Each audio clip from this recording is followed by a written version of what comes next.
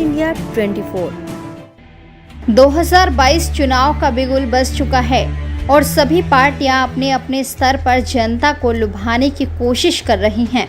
इसी क्रम में सीएम योगी ने भी एक जनसभा को संबोधित किया और देखिए किस तरीके से अखिलेश यादव पर जमकर बरसे और अखिलेश यादव की सरकार के समय हुए भ्रष्टाचार की पोल खोल कर रख दी। आप भी सुनिए योगी का यह भाषण। भाइयों बहनों, मैं आपसे पूछना चाहता हूं, जो आपके दुख के साथ खड़ा नहीं हो सकता, क्या आपको उसके साथ खड़ा होना चाहिए? थोड़ा जोर से जवाब दीजिए। क्या आपको उनके साथ खड़ा होना चाहिए? कहां चले गए थे सपा के लोग? और टीकाकरण के लिए जब फ्री में टीकाकरण की कार्रवाई प्रधानमंत्री मोदी जी ने देश के अंदर प्रारंभ की, तो कांग्रेस ने भी और समाजवादी पार्टी ने भी इसका विरोध किया था ना। क्या ये आपके हितैषी हो सकते हैं क्या? ये लोग तो जान पर खिलवाड़ कर रहे थे।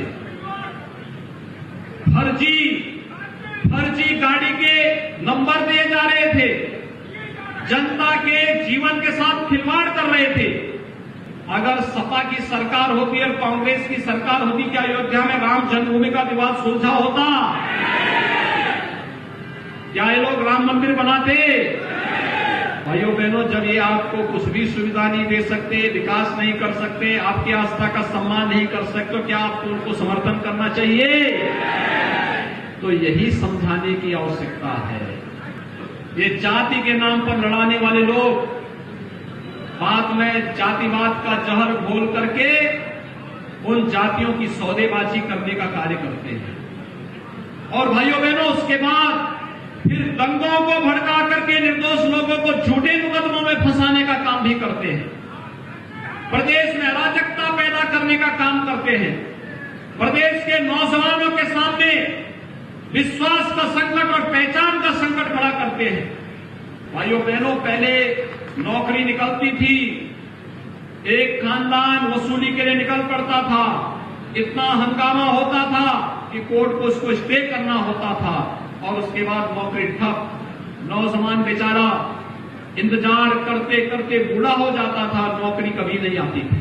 पढ़ाई के साथ साथ परीक्षा भी ऑनलाइन हो पाएगी और इसकी व्यवस्था सरकार कर रही है। टैबलेट और स्मार्टफोन नौजवानों को उपलब्ध करवा करके। और इसलिए आज हम सब आपके बीच आए हैं। जो सरकार आस्था को सम्मान न दे सके, बिना भेदभाव के सुरक्षा न दे कर सके, बिना भेदभाव के गरीब कल्याणकारी योजनाओं का लाभ गांव को, गरीब को, नौजवान को, महिलाओं को, किसानों को न दे सके, उस पार्टी को चुनाव लड़ने का कोई अधिकार नहीं होना चाहिए।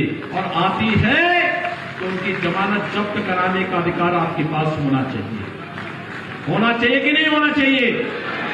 इसलिए भाइयों बहनों, 2017 के पहले बिजली मिलती थी क्या? आज तो बिजली आती होगी ना। 2017 के पहले राशन मिलता था क्या? आज राशन मिल रहा है कि नहीं मिल रहा है? तो भाइयों बहनों, यही अंतर है। सरकार के चेहरे बदले हैं, प्रदेश वही, तंत्र वही। केवल पार्टी की सरकार बदलने से कितना परिवर्तन हो सकता है, ये आज प्रदेश के अंदर और जनपद के अंदर भी देखने को मिल रहा है। देखना चाहते हैं ट्रेंडिंग न्यूज तो न्यूज इंडिया 24 को सब्सक्राइब कीजिए और बेल आइकन दबाना ना भूलें, क्योंकि हम आपके लिए लेकर आते हैं देश के सभी ट्रेंडिंग मुद्दे जो आप देखना चाहते हैं।